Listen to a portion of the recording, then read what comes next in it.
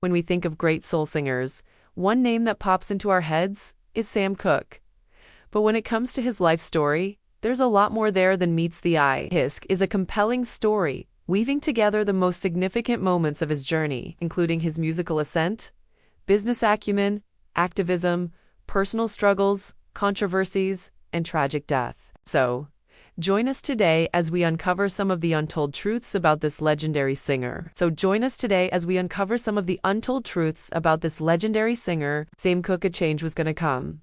Samuel Cooke was born on January 22, 1931, in Clarksdale, Mississippi. When he was 6, his parents moved to Chicago, and that's where he really developed his love for music. Particularly jazz. Sam Cooke's voice was always destined for greatness. The son of a Baptist minister, young Sam was raised in the church and first sang publicly as a child in his father's Chicago congregation. By the time he joined the Soul Stirrers, one of the most celebrated gospel groups in America, his voice already carried the kind of purity and soul that could hush a crowded room. During his 4 years with them, they toured constantly, and he became friends with another performer named Lou Rawls.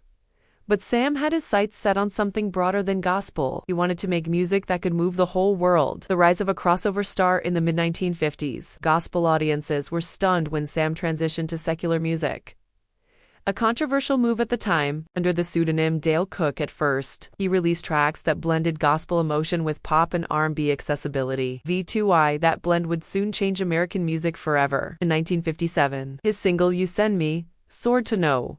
1 on the Billboard Hot 100.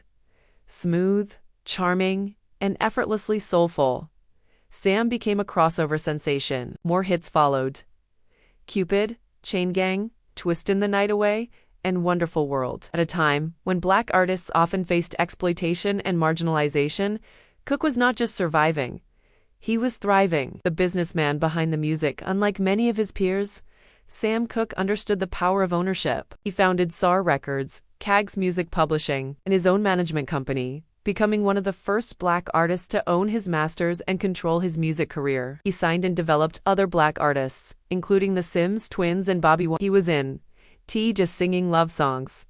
He was rewriting the rules of Black entrepreneurship in the music industry. Quietly, but boldly, Sam was building generational wealth at a time when the music business was notoriously predatory, especially toward Black artists. In addition, Sam owned a string of motels along the major highways between Cleveland and Atlanta, which he built to cater to African Americans, who were routinely denied rooms at white-owned establishments. The activist's voice. By the early 1960s, as the civil rights movement swelled, Sam's awareness deepened. He traveled through the Jim Crow South and experienced discrimination firsthand. From being denied hotel rooms to performing for segregated audiences. He took part in voter drives and refused to perform for segregated audiences. And he even offered Muhammad Ali, then known as Cassius Clay, $10,000 to help with his legal fees, after he was stripped of his heavyweight title for refusing to be drafted into the Army during the Vietnam War in 1963. After being inspired by Bob Dylan's Blowin' in the Wind and shaken by the death of his infant son, Cooke wrote the aching, hopeful anthem A Change Is Gonna Come. It wasn't just a song. It was a spiritual reckoning, a prayer of perseverance wrapped in orchestral beauty. The song was released posthumously, but it would become an enduring anthem for justice and equality. Personal life and scandals. Behind the velvet voice was a man with a complicated and tumultuous personal life. Sam was married to Barbara Campbell, and they had 3 children. But fame brought temptations, and his personal life was often marred by infidelity and rumors of turbulent relationships. Also, their son Vincent tragically died by drowning in 1963, when he was just 18 months old. He also had a reputation for defiance, especially when he felt he was being disrespected as a Black man in white-dominated spaces. That assertiveness, admirable to many, sometimes led to trouble. And in a world not yet ready for a powerful, successful, unapologetically Black man, Sam Cooke often made people uncomfortable. Mysterious death on December 11, 1964. Sam Cooke was shot and killed at the Hacienda Motel in Los Angeles under murky circumstances. The motel manager, Bertha Franklin,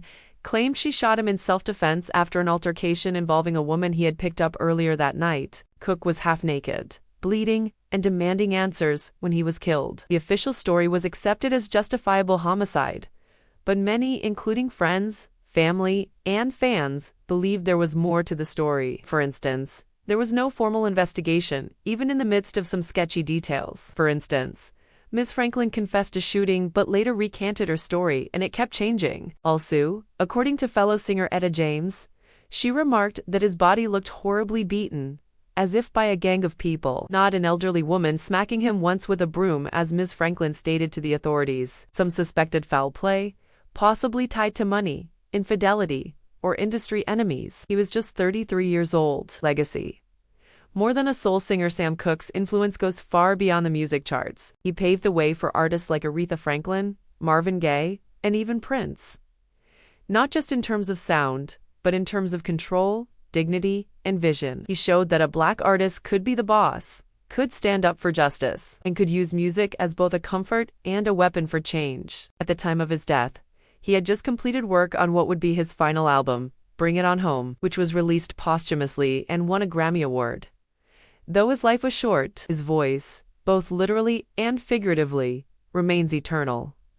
So, what do you think? Did Sam Cooke have to die for us to listen to songs like A Change Is Gone?